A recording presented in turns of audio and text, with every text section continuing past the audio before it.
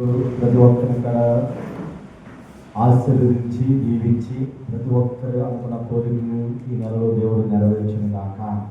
ఆమె మీరు అనుకున్న కోరికని దేవుడి చిత్తం మీ జీవితంలో, నా జీవితంలో దేవుడు జరిగించి ఆయన నామాన్ని మహిమపరిచే బిడ్డలుగా మనందరం కూడా ఉండును గాక.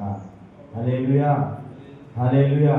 అందుకే దీనిలో నుంచి వచ్చింది కాబట్టి నీ చిత్తం నెరవేర్చుటకు నన్ను చేసి ఉన్నావే, నీ నామం గణపరచుటకు నన్ను ఎన్నుకున్నావు. అందరి మాట, నీ చిత్తం నెరవేర్చుటకు నన్ను చేసి ఉన్నావే, నీ నామం గణపరచుటకు నన్ను ఎన్నుకున్నావు. స్తుతి అయినా స్తుతి అయినా స్తుతి అయినా స్తుతి అయినా నీవే కాదా యేసు, అనాది కాలములోనే నన్ను ఎరిగిన యేసయ్యా, ఆత్మీయుడా ఆశ్రయుడా, ఆత్మీయుడా ఆశ్రయుడా. పరిశుద్ధాత్మ దేవుడు మరి మనతో ఈరోజు చెప్తున్న మాట ఏంటంటే, నీ చిత్తము నెరవేర్చుటకు నన్ను చేసి ఉన్నావే. ఆమె నీ నామమును కనపరచుటకు నన్ను ఎన్నుకున్నావు. పూర్వం 10 నిమిషాలు సైలెంట్లో పెట్టారు. ఎందుకంటే మనం ఎలా ఉంటామో మన సంఘకార అలాగే ఉంటాం. మనం ఎంత అశ్రద్ధగా ఉంటామో మన సంఘంలో విశ్వాసం కూడా అంతే శ్రద్ధగా. మనం ఎలాగైతే నిర్లక్ష్యంగా ఉంటామో, నేను అంటాను, నీవే ఒక సేవకుడిగా పిలిచిన నీవే ఒక క్రమంలో, ఒక పద్ధతిలో లేకుండా నీ ఇష్టానుసారంగా నీవు ఉంటే నీ సంఘంలో ఉన్న విశ్వాస కూడా అలాగే ఉంటాడు. ఖచ్చితంగా చెప్తాను ఆమె.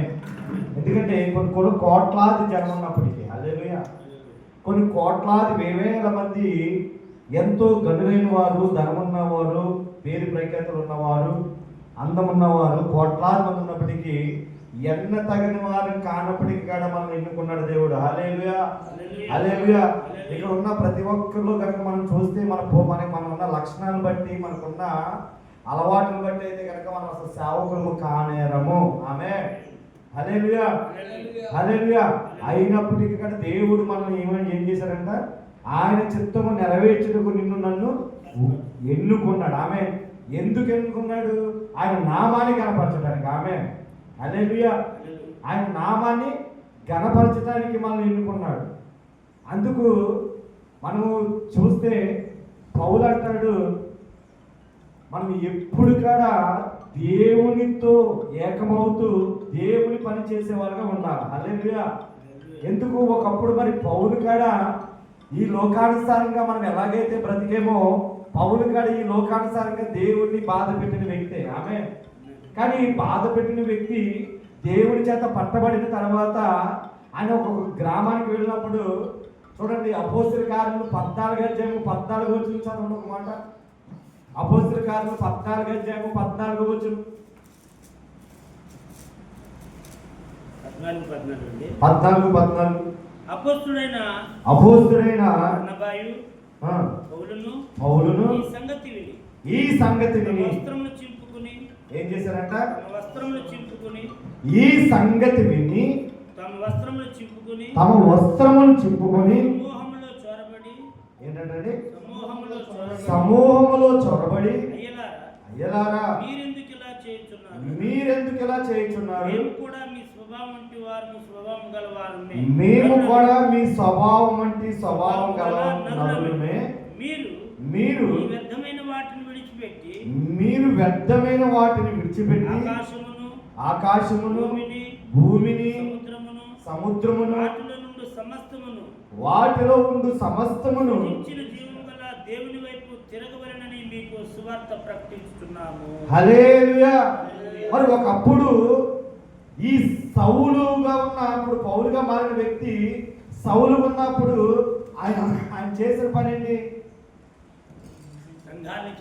సంఘాన్ని చెడగొట్టడం, సేవకులను హతమార్చడం, ఇంట్లోకి వెళ్ళి స్త్రీలను పాడు చేయటం, అనేకమైన దేవునికి వ్యతిరేకమైన పనులు చేసిన వాడు. హల్లెలూయా.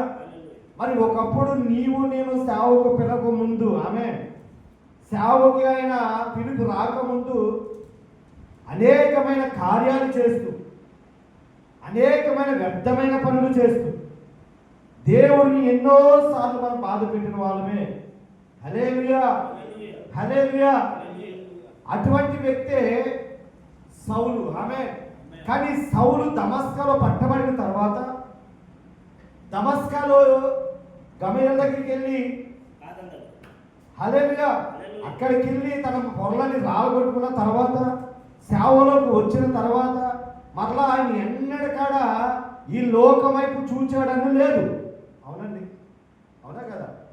కానీ నీవు నేను ఎవరి వైపు చూస్తున్నామంటే చెప్పండి, ఎవరి వైపు చూస్తున్నాం? ఈ లోక వైపు చూస్తున్నాం. అందుకే ఎఫెసీయులకు రాసిన పత్రిక 4వ అధ్యాయము,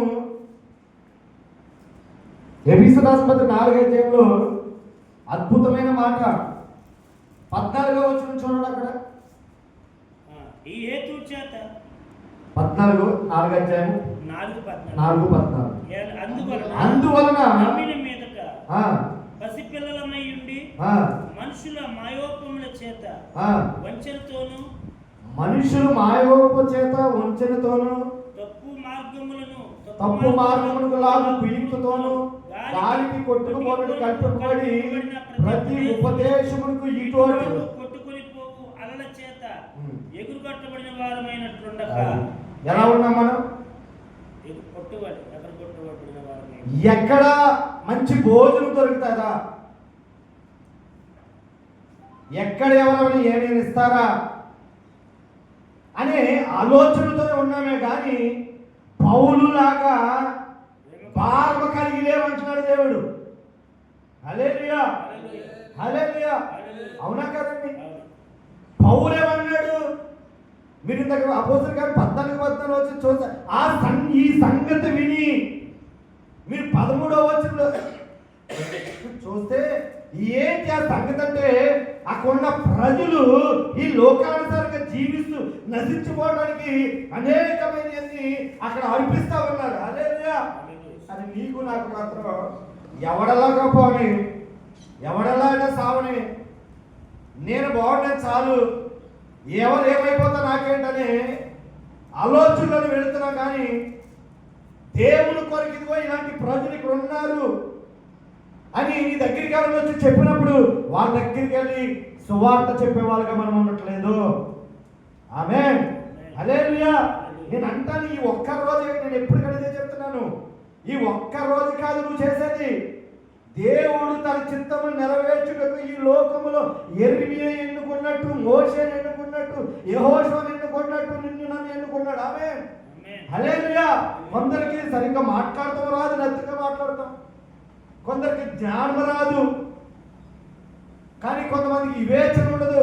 అయినప్పటికీ బలిపీఠ మీదకి వచ్చి నువ్వు నిలబడిన తర్వాత ఆయనే మాట్లాడి అనేక మందిని దేవుని తిప్పడానికి నిన్ను నేను వాడుకోవాలని ఆశపడుతుంటే నీవేం చేస్తున్నావంటే ఈ ఎఫెసీయులకు రాసిన పత్రిక 4:14 మనుషుల యొక్క మాటలకు యుక్తులతో పడిపోయి దేవుని సేవ చేయకుండా ఇదిగో ఈ లోకానుసారంగా నడుస్తున్నామని దేవుడు మాట్లాడుతున్నాడు. హల్లెలూయా. ఈ మాట నేను చదువుతున్నప్పుడు నాలో ఒక భయంకరమైన భయం పుట్టింది. మరి ఎన్నో సార్లు నీ దగ్గరికి వచ్చి, అయ్యా ఇదిగో నా భర్త భయంకరమైన తాగుడుతో ఉన్నాడు, ఇదిగో నా భర్త భయంకరమైన పాపంతో బంధింపబడి ఉన్నాడు, ఇదిగో నా పక్క కుటుంబం అయ్యా ఇదిగో దేవుడు తెలియకుండా ఈ లోకానుసారంగా ఈ దుఃఖనిధులు ఎలాగైతే చేస్తున్నారు అలాగ ఉన్నది, వాళ్ళ కోసం ప్రార్థన చేయమంటే నీవు అసలు నీటి ఎలా ఉన్నావు అంటే మనము అసలు కొంచెము కాడ భారం లేని వాళ్ళగా. నేను అంటాను, భారం ఉన్నవాడికి నిద్ర పట్టదు. ఆమె ఏమన్నా చెప్పండి. ఈ పౌలుకి నిద్ర పడతలేదు. అక్కడ చేసే కార్యాలను బట్టి, వాళ్ళు చేస్తున్న పనులు బట్టి, అది నిద్ర పట్టకపోతే అక్కడికి ఏమైపోతాడు సార్, వాళ్ళ మధ్యలోనికి వెళ్ళిపోయాడంట. ఎక్కడికి వెళ్ళిపోయాడు? అసలు ఈ పక్కింటోడికి వెళ్ళి సువార్త చెప్పలేదు కదా, నీ ఈదులోకి వెళ్ళి నువ్వు సువార్త చెప్పలేకపోతున్నావు కదా. సరే, నువ్వు ఎక్కడికైనా వెళ్ళినప్పుడు నీ స్నేహితులతో కూర్చున్నప్పుడే కానీ, లేకపోతే ఏదైనా పని మీద నువ్వు వెళ్ళినప్పుడు కానీ, లేకపోతే నీ బంధువు దగ్గరికి వెళ్ళినప్పుడైనా అక్కడ కూర్చోబెట్టుకొని నలుగురు కూర్చోబెట్టుకొని సువార్తగా చెప్పగలుగుతున్నావంటే వాళ్ళకి లాగా నువ్వే కలిసిపోతున్నావు తప్ప ఒక ప్రత్యేకంగా నీలో నాలో ఏమి. నేను అంటాను, పౌలులాగా మారిన తర్వాత పౌలుకున్న భారం ఉండాలి కానీ సౌలు లాంటి మనసుతో మనం ఉండకూడదు. ఆమె అందుకే అక్కడ అన్నాడు 15వ వచనంలో, మీరు వ్యర్థమైన వాటిని విడిచిపెట్టి. ఏంటి వ్యర్థమైన వాటిని? ఫోన్ విడిచిపెట్టాలి. అసలు ఏం విడిచిపెట్టాలా? స్టాటస్లు పెట్టేస్తున్నాం, ఏదేదో పెట్టేస్తున్నాం. కానీ ఆ పెట్టిన స్టాటస్లో నీ లైఫ్ కూడా ఉంటుంది అన్నది మర్చిపోకూడదు. ఏముంటుంది? నీ లైఫ్ ఉన్నది అన్నది మర్చిపోకూడదు. ఆమె పెడుతున్నామంటే దేవుని వాక్యం రెండంచెల కట్టం. హల్లెలూయా. ఇప్పుడు మాట్లాడుతున్న నాతోనూ మాట్లాడుతున్నాడు, మీతోనూ కూడా మాట్లాడుతున్నాడు. ఆయన మాట్లాడే దేవుడు. హల్లెలూయా. ప్రియమైన దైవజనం, అందుకే ఆ ఎఫెసీయులు 4:14 ప్రకారము మనం ఎలా ఉండిపోతున్నామంటే గాలికి కొట్టుకొని పోనట్లు. ఆమె ఎవరు ఏది చెప్తే తినేస్తున్నాం అంతే. అసలు నీతో దేవుడు మాట్లాడి నీకు చెప్పిన దర్శనమైపోయిందంటానే. దేవుడు నీకు ఒక గ్రామాన్ని ఇచ్చాడు, బీవీజే మినిస్ట్రీలో ఒక సేవకుడిగా నేను నిలబెట్టాడు. దైవం, మీరు చూడండి, బీవీజే మినిస్ట్రీ ఎందుకు ఇంతగా ఎస్టాబ్లిష్ అవుతున్నాడు అంటే ఆయనకి ఇచ్చిన దర్శనాన్ని మర్చిపోలేదు ఆయన. మనం మర్చిపోయేది. హల్లెలూయా. సౌలుకి ఇచ్చిన దర్శనము, సౌలుతో మాట్లాడినట్టు సౌలా నివసించున్నామని దేవుడు మాట్లాడిన స్వరము సౌలు మర్చిపోలేదు. కాబట్టి ఇదిగో నేను భయంకరమైన రక్షించిన దేవుడు కొరకు నేను అనేక ఆత్మ రక్షించాలని, అక్కడ నేను చచ్చిపోతానని తెలుసు సౌలుకి. ఆమె సంపేస్తానని తెలిసినప్పుడు కూడా ఆ సమాజంలో వాళ్ళందరి మధ్యలోకి వెళ్ళిపోయాడంట. ఆయన వెళ్ళిపోయి డైరెక్ట్గా మాట్లాడుతున్నాడు, అయ్యలారా మీరు ఎందుకు ఇలా చేయించున్నారు? అలా అసలు ఇంట్లో నువ్వు చెప్పలేకపోతున్నావే. టీవీలు చూడకూడదు, సీరియల్ చూడకూడదు, సినిమాలు చూడకూడదు, క్రికెట్ చూడకూడదు. వాళ్ళతో పాటు కూడా కూర్చొని వాళ్ళతో పాటు నువ్వు కూడా టైం పాస్ చేసి అమ్మ పొగడి వేయి, టీ పెట్టు, నేను కూడా సోదరు గురించి చెప్పి నువ్వు కూడా ఏం చేస్తావు? వాళ్ళతో పాటే కూర్చుండిపోతావు. హల్లెలూయా. ప్రియమైన దైవజన్మ, నేను అందుకే ఈరోజు చెప్పవలసిన 4 మాటలు ఏంటంటే, ఒకటి, నువ్వు సంగతి విని. ఏ సంగతి విని? నీ ఊరిలో, నీ గ్రామము, నీ ప్రజలు, నీ కుటుంబము, నీ రక్త సంబంధులు నశించిపోతున్నారని నీకు తెలుసు. నీ తోటి స్నేహితులు వచ్చి, నీ తోటి సేవకులు వచ్చి, ఇదిగో పలానా ఊరు నశించిపోతుందని చెప్పినప్పుడు ఆ సంగతి విని నీవు నిజంగా కదులుతున్నావా, లేకపోతే ఎక్కడేసిన గొంగళలో అక్కడే ఉండిపోతున్నావా? చెప్పండి కుమార్ సార్. కదలాలి. హల్లెలూయా. ఎందుకో తెలుసా? ఆయన చిత్తమును నెరవేర్చుటకే నిన్ను నన్ను దేవుడు ఎన్నుకున్నాడు. ఆమె ఆయన నామాన్ని గణపరచుటకే మనం ఎన్నుకున్నాడు. హల్లెలూయా అని అంటాను. సేవలోకి వచ్చి ఎన్ని సంవత్సరాలు అయిందో నాకైతే తెలీదు. సేవలోకి వచ్చి ఎంత ఎక్స్పీరియన్స్ నాకు తెలీదు. మరి నీ ద్వారా దేవుడు నామం గణపరచబడుతుందా? నీ ద్వారా దేవుడు నామం అవమానపరచబడుతుందని ఆలోచన చేస్తే దేవుడు మనతో మాట్లాడతాడు. అవునా కదా? అవునా కదా? ఖచ్చితంగా మనతో మాట్లాడతాడు. ఇక్కడ అందుకే సౌలుకున్న ఆ ఆత్మ మనకు రావాలా? చెప్పండి, సౌలుకున్న ఆత్మ రావాలి. ఎలాగా? ఆ పాత ఆత్మ కాదు, సౌలు పౌలుగా మారిన తర్వాత. హల్లెలూయా. మరి చూడండి, ఒకప్పుడు నా ఆత్మ ఈ లోకానుసారంగా జీవించే ఆత్మ. తాగుడని, క్రికెట్ అని, రకరకాల వ్యసనాలతో బంధించబడిన వ్యక్తిగా బతుకుతున్న నన్ను దేవుడు పేరు పెట్టి తను పిలుచుకున్న తర్వాత తన నా పేరును మార్చి శాంసంగ్ జోషువగా చేసిన తర్వాత అందుకు నాకు అసలు నిద్ర పట్టదు. నా ఆశ ఏంటో తెలుసా? నేనున్న ప్రాంతము ఏమైపోవాలి? దేవుడి కొరకు పట్టబడాలి. నేనున్న మండలము దేవుడి కొరకు పట్టబడాలి. దేవుడి కొరకు ఖచ్చితంగానే మనకి ఆయన చేతికి అప్పచెప్పాలి. ఎందుకో తెలుసా? ఎన్నిక లేని మనల్ని దేవుడు ఎన్నుకున్నాడు. ఆమె అర్హత లేని మనల్ని దేవుడు ఎన్నుకున్నాడు. హల్లెలూయా. అటువంటి మనముని ఎన్నుకున్నప్పుడు మరి నీవెలా ఉన్నావు? మనిషి యొక్క కపటోపయోగం చేత వాళ్ళ చేతుల పట్టుబడి ఎక్కడేమవుతుందని పరిగెత్తుతూ ఉంటే ప్రయోజనం ఏమైనా ఉన్నదా? అందుకని అన్నాడు 15వ వచనంలో, ప్రేమ కలిగి సత్యము చెప్పుచు క్రీస్తు వలె ఉండుటకు మనం అన్ని విషయములో ఎదగాలి. ఆమె ఏమనగాల? క్రీస్తు వరకు సత్యము చెప్పేవాళ్ళగా మనం ఉండాలి. ఏంటి ఆ సత్యము? ఏంటి ఆ సత్యం అంటే అది ఎలా తెలుస్తుందంటే ఆయనతో నువ్వు గడిపినప్పుడే దైవం మనం నీకు తెలిసినప్పుడు ఖచ్చితంగా ఆయన గురించి నువ్వు చెప్పకుండా ఉండలేవు. హల్లెలూయా. హల్లెలూయా. ఇప్పుడు దేవుడు దైవ దర్శనం కలిగింది, సౌలుకి కలిగింది. మనోనేత్రాలు తెరవబడి క్రీస్తు యొక్క మర్మాన్ని చూశాడు. ఆ మర్మము చెప్పకుండా ఆయన ఏం చేస్తాడో చెప్పుకుంటేనే. అందుకు ఏ పని కలిగి ఉన్నా నువ్వు, ఎక్కడ ఏ రూపాయి వస్తుందా, ఎక్కడ ఈరోజు ఎక్కడ ఏ భోజనం దొరుకుతుందా,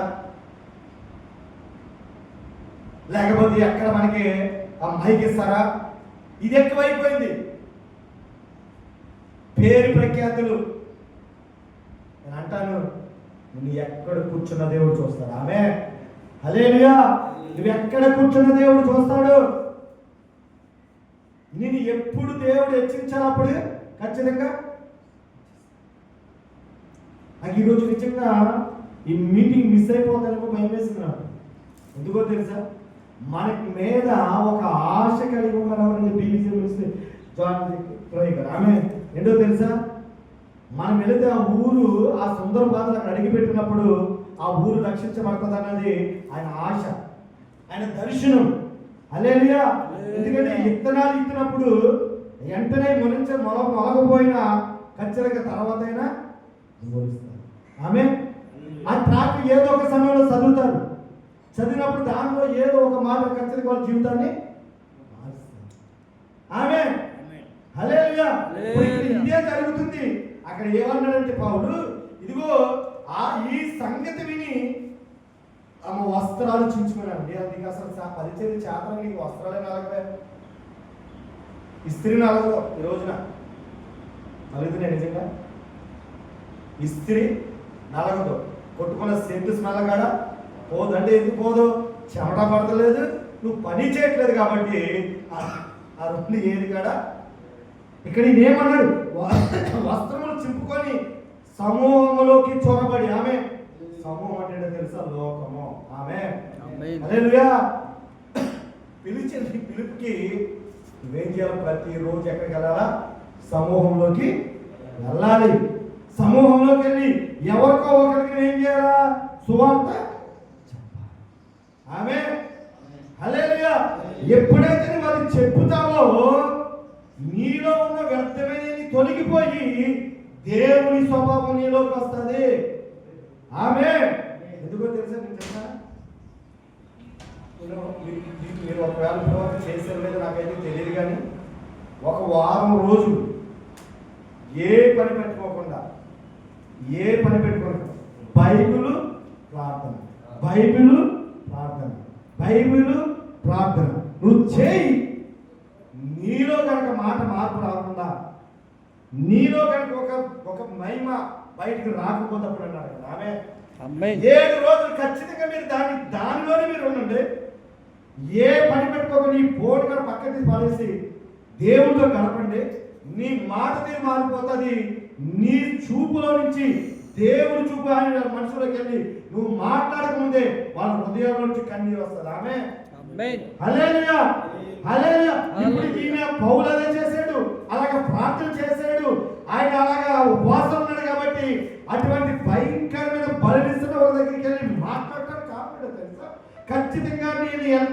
కాదు, నాతో పాటు దేవుడు వస్తాడు కాబట్టి, దేవుడు మాట్లాడతాడు కాబట్టి వాళ్ళ జీవితాలు మారుతాయని ఒక నమ్మకం పౌలుకి. ఆమె అదే నీకు ఆ నమ్మకం ఉండాలి. ఫస్ట్ ఆ నమ్మకం నీలోనికి రావాలంటే నువ్వేం చేయాలి? వ్యర్థమైన వాటిని, లోకాన్ని విడిచిపెట్టాలి, సావాసాలు విడిచిపెట్టాలి, ధనాపేక్షను విడిచిపెట్టాలి, పాపమును. హల్లెలూయా, హల్లెలూయా. నేను ధ్యానం చేస్తున్నప్పుడు నా మైండ్ లో కనపడుతున్న వ్యక్తి హానోకు. ఆమె ఎవరు చెప్పండి? హానోకు. హానోకు చూడండి, మరి ఆయన ఆది కాండములో ప్రారంభమయ్యి ప్రకటన గ్రంథము చివరి వచ్చేంత వరకు ఆయన పేరు రాయబడి ఉంటారు. హల్లెలూయా. కారణం ఏంటో తెలుసా? హానోకు ఏం చేశాడో తెలుసా? కుటుంబం ఇస్తే కుటుంబాన్ని జాగ్రత్తగా, అసలు మన కుటుంబానికి మనం సరిగా మనమే వాక్యం చెప్పమే, మన పిల్లలకి మనమే సరిగ్గా వాక్యం బోధించమే, మన కుటుంబ సభ్యులకి ప్రార్థనలోనికి మనమే పిలవలేమే. కానీ హానోకు కుటుంబాన్ని ఏం చేసుకున్నాడు? జాగ్రత్తగా కట్టుకున్నాడు. ఆమె రెండోది ఏం చేశాడు? దేవుడితో నడిచాడు. ఆది కాలంలో చూస్తే ఇవన్నీ ఆ యోగ 1:19 వచ్చంలో, ఆది కాలంలో 20 వచ్చంలో, 50 40 వచ్చంలో హానోకు ఎలా దేవుడితో నడిచాడు అవన్నీ ఇక్కడ దాంట్లో ఉంటాయి. ఆమె అదే ఒకటి కుటుంబ విషయంలో జాగ్రత్తగా ఉన్నాడు, దేవుడితో నడిచే విషయంలో జాగ్రత్తగా ఉన్నాడు, ఆయనతో కొనిపోబట్టడానికి కాడ ఎలా వెళ్ళిపోయాడు? ఆత్మలో. అంటే అందుకంటాను, మనము శరీరం సాగుతున్నంతసేపు శారీరకంగానే ఆలోచిస్తాం. ఆమె హల్లెలూయా. గలతీయుల 5:16 ఉంటుంది అన్నమాట. దేవుడితో ఆయన ఏకాత్మ, తండ్రి ఆత్మ నీ ఆత్మ ఏకాత్మ అయిపోతాం. ఆమె మనం ఆయనతో కలిసినప్పుడు మన ఆలోచనలు ఎప్పుడు కూడా ఎక్కడ ఏ ఆత్మ నశించిపోతుందా, ఎక్కడ ఎవరి లోకానుసారంగా జీవిస్తున్నారా, ఏంటి ఏంటి ఏంటి ఏంటి ఏంటి అని అదే ఆలోచన తప్ప ఈ తుచ్చమైన ఆశల కొరకు మనం ఉండదు. ఆమె హల్లెలూయా. వ్యర్థమైన వాటి కోసం అసలు ఆలోచన అంటాను. మందిరం లేకపోతే బాధపడద్దు. చెట్టు కింద పరిచయం చేసిన ఆత్మదేవుడు నడిపిస్తాడు. ఆమె అదే నీ భారం ఒకటే ఉండాలా, నీ పని ఒకటే ఉండాలా. ఈ రోజు నేను నిజంగా సువార్త చెప్పానా అన్నాను. మరి ఈ ఒక్కరోజే సువార్త కాదు. ఏసన్ గారి గురించి నేను ఎన్నో మాట్లాడేది తెలుసా? ఆయన సువార్త చెప్పకుండా టిఫిన్ కార్డు చేసేవారు కదా. ఆమె హల్లెలూయా. ఆయన ఒక మీటింగ్కి వెళ్ళినప్పుడు ఇలాగే సేవకులందరూ పెద్ద మీటింగ్ వెళ్తున్నప్పుడు అందరూ హాల్లో కూర్చున్నారంట. ఆయన రోడ్డు మీద కూర్చున్నాడంట. ఎవరైనా సువార్త చెప్పాలి, ఆ ఎవరు రావట్లేదంట. అంతలోకి ఒక రిక్షా అతను అంటే అందరికి ఏం చేశారంటే సువార్త చెప్పి లోనికి వెళ్ళేటప్పటికి అందరికైతే డిసిప్లిన్ లేదు అని అందరికీ రకరకాలుగా మాట్లాడుతుంటే ఏదైనా ఆయన అవకాశంతో నిలబడి నన్ను క్షమించండి, నా కోరిక నా డిజైర్ అంటే ఎవరికైనా వాక్యం చెప్పకుండా, ఎవరికి సువార్త చెప్పకుండా నా కడుపులోకి ఆహారం నిలబడాలని తీర్మానంతో ఉన్నప్పుడు అందరికన్నా సిగ్గుపడ్డారంట. హల్లెలూయా. ఉన్నాం మనం పితృలు అలా ఉన్నప్పుడు ఆ పితృలకు వచ్చిన మనం వారసత్వం మనం ఎలా ఉన్నాం? మన పితరులను చూసారు ఎవరు? ఈ అపోస్తుల పౌలును చూసి, ఆ పితరులను చూసి కేసరి గారు అలా బతికినప్పుడు మరి మనం ఎలా ఉంటాం? హల్లెలూయా, హల్లెలూయా. ప్రియమైన దైవజనమా, అందుకని ఆయన మన చిత్తంలో మనం పిలిస్తే నిజంగా ఆయన చిత్తం నెరవేర్చే వారుగా మనం ఉంటున్నామా? ఆయన నామాన్ని కనపరిచే వారుగా మనం ఉంటున్నామా? ఏ యోగ్యత లేని నిన్ను నన్ను ఎన్నుకుంటే నీవు నేను ఎలా ఉన్నావు? హల్లెలూయా. చూడండి, మరి పసిపిల్లలాగా చిన్న చిన్న ఆశలకి పడిపోయి దేవుడి సేవ చేయకుండా అటు వెళ్తున్నాం మేము. కొన్ని సొంత ఆలోచన చేసుకుంటూ నువ్వు కట్టుకోవాలని ఓ ప్రాధాన్యపడుతున్నావేమో. నేను అంటాను, నువ్వెంత ఏది కట్టుకున్నా నీలో కనుక దేవుడు లేకపోతే, నీలో కనుక ఇదిగో ఈ పౌరు లాంటి భారం లేకపోతే, ఆ సంగతి ఎన్నప్పుడు తట్టుకోలేక చచ్చిపోతాను తెలిసినా కానీ ఆ సమూహంలోకి చొరబడి అయ్యా మీరు ఎందుకులా చేస్తున్నారని ధైర్యంగా చెప్పే కానీ ఆ ధైర్యం మీకు లేకపోతే నీవు నేను సేవకి పనికిరాము. హల్లెలూయా, హల్లెలూయా. ఎందుకో తెలుసా? ఆయన మనం పిలుచుకున్నది ఒకటే, నీ ద్వారా ఒక ఆత్మైన, నీ ద్వారా నీ గ్రామాన్ని, నీ ద్వారా నీ మండలంలో నా నామము వినపడాలా. హల్లెలూయా. నీ కళ్ళ ముందు ఎంతో మంది తాగుబోతు నీ కళ్ళ ముందు వెళ్ళిపోతున్నారు, తిరిగిపోతు నీ కళ్ళ ముందు వెళ్ళిపోతున్నారు. ఎంతో మంది నీ కుటుంబం పక్కన, నీ కుటుంబంలో నశించిపోతున్నారు. నిజంగా నీకు భారం ఉందా? భారం కలిగి నువ్వు సేవ చేస్తున్నావా? ఏదో టైం పాస్ సేవ చేస్తే కనుక ఆ సేవ. అందుకే ఈ వాక్యం చదువుతున్నప్పుడు మీరు చూడండి, మీరు వ్యర్థమైన వాటిని విడిచిపెట్టి ఆకాశమును, భూమిని, సముద్రమును, వాటిలో ఉండి సమస్తమును సృజించిన జీవం గల దేవుని వైపు తిరగవాలని. ఆమె నేను బ్రతులు మాడుకునేది ఏంటో తెలుసా? జనవరి అయిపోయింది, ఫిబ్రవరి 4వ తారీఖులోకి వచ్చేసాం. ఒక ఆత్మనైనా నువ్వు రక్షించావా? ఒక ఆత్మనైనా సరే దేవుని వైపు తిప్పగలిగేవా? దేవుని కొరకు భారం కలిగి ప్రతిరోజు దేవుని దగ్గర గోజాడి, అయ్యా నాకు ఈ రోజు ఒక ఆత్మ, నాకు ఈ సువార్త చెప్పడానికి ఒక ఆత్మను రక్షించాలయ్యా, ఆ కృప నాకు దయచేయమని మరి దేవుని దగ్గర నువ్వు పాదాలు పట్టుకొని గోజాడగలుగుతున్నావా? ఎన్నా కానీ నాకెందుకులని ఒకవేళ ఇదిగో ఆ ఏమి మీద దుమ్మపడినప్పుడు దులుపుకొని వెళ్ళిపోతున్నావా? ప్రియమైన దైవజనమా, నేను వాక్యం ధ్యానం చేస్తున్నప్పుడు పౌలు నాకు ఒకటి కనబడింది తెలుసా? నా మటుకు బ్రతికి ఇస్తే చావైతే లాభం అన్న విధంగా ఆ మాట నాకు దీంట్లో కనబడింది. హల్లెలూయా. మనం నువ్వు కూడా దేవుని సేవలోకి వచ్చినప్పుడు, దేవుని పనిలోకి వచ్చినప్పుడు, అయ్యా నాకు ఇది ఏం అవసరం లేదు, పేరు ప్రఖ్యాతులు అవసరం లేదు, ఏమి నాకు అవసరం లేదయ్యా, నీ కొరకు నేను ఖచ్చితంగా నేను పని చేస్తానని ఒక తీర్మానం చేసుకొని మరి ఆ తీర్మానంలో నువ్వు ఈరోజు నువ్వు నిలబడగలిగేవాళ్ళని అడిగితే సమాధానం మీ దగ్గర నుంచి దేవుడికి చెప్పుకోవాల్సిన బాధ్యత మీ మీదే ఉంది. హల్లెలూయా, హల్లెలూయా. నేను నిజంగా నేను చెప్పగలను. కారణం ఏంటో తెలుసా? నా దేవుని కొరకు నేను ఏదైనా చేయటం సంసిద్ధంగా ఉన్నాను. ఆమె ఎందుకో తెలుసా? ఈ ప్రాణాన్ని రక్షించింది ఆయన, ఆమె ఈ ప్రాణాన్ని కాపాడింది ఆయన. కారణం ఏంటో తెలుసా? లేకపోతే నీవు నేను ఎప్పుడో, నేనైతే 2012లోనే ఈ భూమిని విడిచిపెట్టి వెళ్ళిపోవాలా. ఈ పాట దగ్గర 13 సంవత్సరాలు నేను ఎప్పుడో భూమిలో కలిసిపోవాలా. కానీ ఈ రోజున ఈ 13 సంవత్సరాల ఇక్కడ నేను నిలబెట్టి మాట్లాడుతున్నాడంటే కారణం ఏంటో తెలుసా? నా ద్వారా ఆయనకి పని ఉంది కాబట్టి, ఆ పని నేను తెలుసుకున్నాను కాబట్టి రెస్ట్ లేకుండానే పరిగెత్తుతూ ఉన్నాను. హల్లెలూయా, హల్లెలూయా. నేను అందుకే మందిరాలు కానీ ఇవన్నీ కఠినంగా లేవో కాదు, నాకు కావాల్సింది ప్రతిరోజు సువార్త చేస్తున్నారా లేదా? ఆమె హల్లెలూయా. ఎవరైనా నష్టపోతున్నారా, ఎవరైనా ఇదిగో పాపంలో ఉన్నారా, వాళ్ళ దగ్గరికి ఎంత భారమైనా సరే వెళ్ళి ప్రార్థన చేయకపోతే ఆ రాత్రి నాకు నిద్ర పట్టదు, ఆ రాత్రి నాకు నిద్ర పట్టదు. కారణం ఏంటో తెలుసా? ఒకటే, మన చెవి నిలబడిన తర్వాత ఆ మాట మనకు కాదులే, వేరే వాళ్ళకి అనుకోకూడదు. ఆమె హల్లెలూయా. పౌలు అనుకోవాలా, ఇక్కడ పౌలు అనుకోవాలా. పౌలు చూస్తున్నాడు, ఆ దగ్గర నిలబడుతుంది. చదవని తీసుకెళ్ళిన తర్వాత 13 వచ్చిన 12 వచ్చిన మనం చదువుకుంటూ వెళ్తే వాళ్ళు ఏమేమి పనులు చేస్తున్నారు, ఆ పనులు ఆ చెవికి వినపడిన తర్వాత నాకెందుకులే, అనేక మంది ఉన్నారు కదా వాళ్ళు చూసుకుంటారులే, బర్నాబా ఉన్నాడు కదా బర్నాబా చూసుకుంటారు అనుకోవాలా. పౌలు చెవికి వినపడినంతే వెంటనే ఇదిగో ఆ పని కొరకు వెళ్ళిపోయి వాళ్ళు స్వరబడి వాళ్ళతో మాట్లాడుతున్నాడు. ఆమె హల్లెలూయా. అందుకు నీ దగ్గర ఇప్పటి వరకు వినపడిన కొన్ని ప్రాంతాలు ఉన్నాయి. ఆమె ఇక్కడికి ఈ ప్రాంతానికి వెళ్ళి పరిచయం చేయి, ఈ వ్యక్తికి వెళ్ళి సువార్త చేయి, ఈ వ్యక్తికి వెళ్ళి నీ సాక్ష్యం చెప్పు, ఈ వ్యక్తికి వెళ్ళి ఇదిగో ఇదిగో ఈ పాప మార్గం నుంచి నా వైపు త్రిప్పని అనేక సార్లు దేవుడు నీతో మాట్లాడాడు. హల్లెలూయా. కానీ నీవు నాకెందుకులని దాన్ని విడిచిపెట్టి ఒకవేళ తిరుగుతున్నావేమో, అందుకే దేవుడు ఈరోజు నీతో ఈ మాట మాట్లాడుతున్నాడు. హల్లెలూయా, హల్లెలూయా. అందుకే మీరు చూడండి, ఎపిసోడ్ 4 చెప్పిన ప్రకారం అలాగే చిన్న పిల్లలు ఏమనుకుండా జ్ఞానం కలిగి ముందుకు నడిచింది గాక. హల్లెలూయా. అపవాది పెట్టే కపటం ఏమనుకు పడిపోకుండా దేవుడిచ్చిన కృపతో మనము అందరం కూడా ముందుకు సాగిపోవును గాక.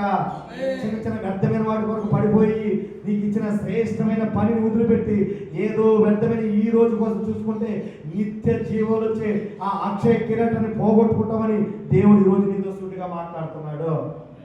హల్లెలూయా. మరి ఈ రోజు మరి అన్నికి బాగోపోయినా జ్వరం వచ్చినా ఎందుకు ఇక్కడికి వచ్చాడంటే కారణం ఏంటో తెలుసా? ఈ రోజు పనిని పోగొట్టుకోవాలి. ఆమె ఎందుకో తెలుసా? మరుసటి నెల నీది కాదు. ఆమె మరుసటి క్షణము నీది కాదు.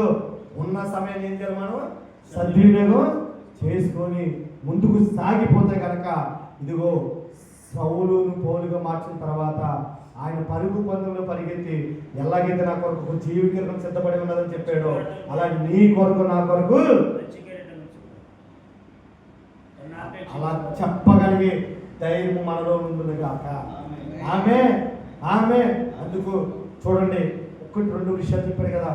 ఒకటి, ఆ సంగతి విని ఎవరైనా పాడైపోతున్నారు, ఒక ఊరు నశించిపోతుంది, ఒక కుటుంబం నశించిపోతుందని కనుక ఎవరైనా చెబితే కనుక ఆ కుటుంబం దగ్గరికి వెళ్ళగలిగితే వెళ్ళొచ్చు.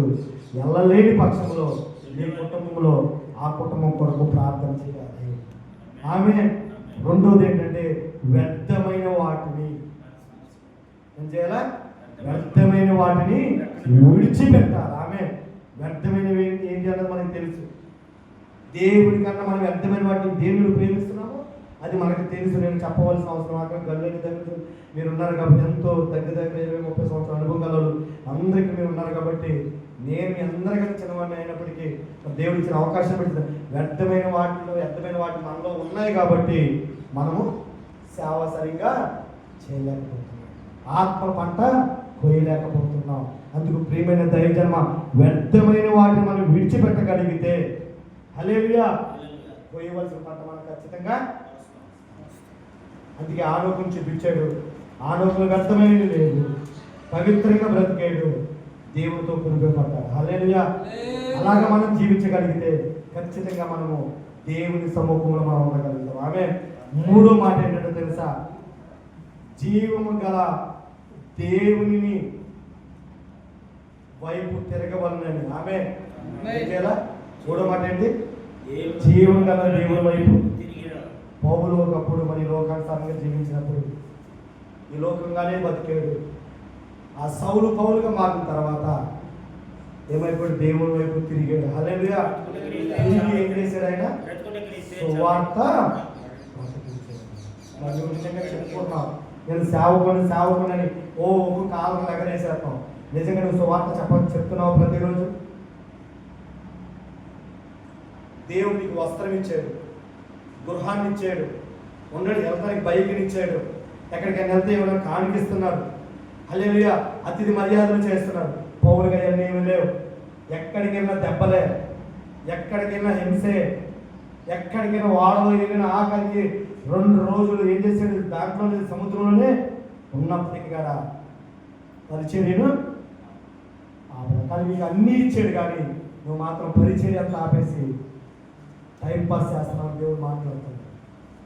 దయచేసి నేను అంటున్నాను, అనేక మందికి లేని ధన్యతను దేవుడు మనకి ఇచ్చాడు. హల్లెలూయా. మరి అంతమంది ఉన్నప్పటికీ కాడ, అంతమంది అపోస్తున్నప్పటికీ కాడ వాళ్ళకి లేని ధన్యత పౌలుకి ఇచ్చాడు.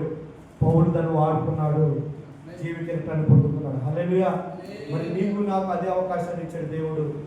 మరి ఆ జీవితాన్ని పొందుకోవాలని దేవుడు ఆశపడుతున్నాడు. కాబట్టి మరి ఆయన పనిని సమర్థంగా మనం చేయగలని దేవుడు ఆశిస్తున్నాడు. కాబట్టి ఆ పనిలో ముందుకు సాగిపోతూ దేవుడి కొరకు అనేక ఆత్మలు పట్టేవాళ్ళుగా మనం ఉండును కాక.